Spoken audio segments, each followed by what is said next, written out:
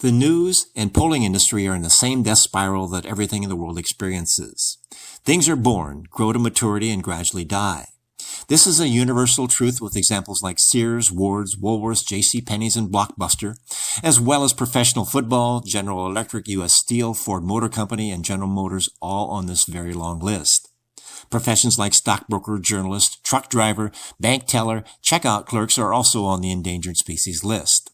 These jobs and businesses are gradually dying due to technological advances their management failed to see and the implementation of a minimum wage.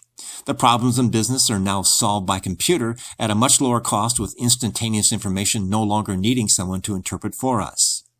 With the chaos and dysfunctionality of this year, businesses like Google, Facebook, Twitter, and national newspapers, along with the industry of polling and network news, are overplaying their hand.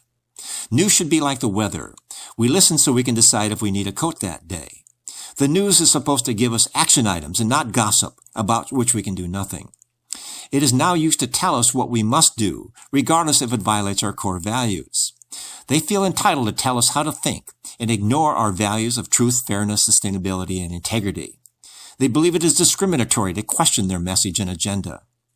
The media has blown their disguise as providers of information. They no longer provide a service. They provide propaganda to influence public opinion, assisted by the social media and the newspapers and networks who feeds them.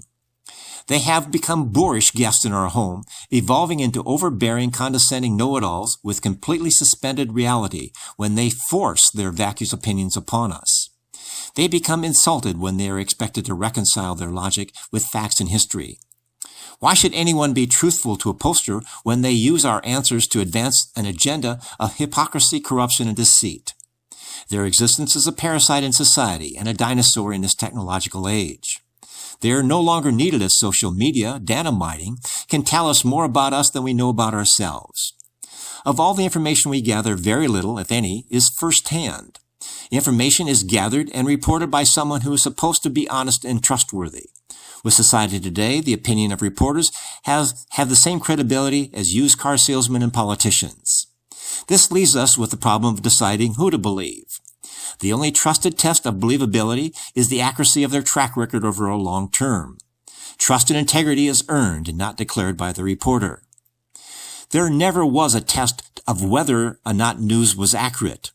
In the past, it was much harder to fool all the people. Today, the only gauge of accuracy is if it agrees with our philosophy. It is now much more important to control the agenda than in learning facts. There is no longer a function used to determine believability of any news. This is why ignorance is so important in maintaining a socialistic society with our public school education system complicit. Schools no longer teach but indoctrinate. People are easier to control when they believe without questioning.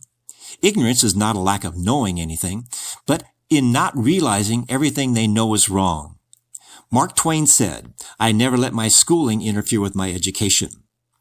Our work as citizens is never done. We must test everything we hear to make sure it reconciles with our core values and that are the foundation of our constitutional republic, reflected in the Ten Commandments and the Golden Rule.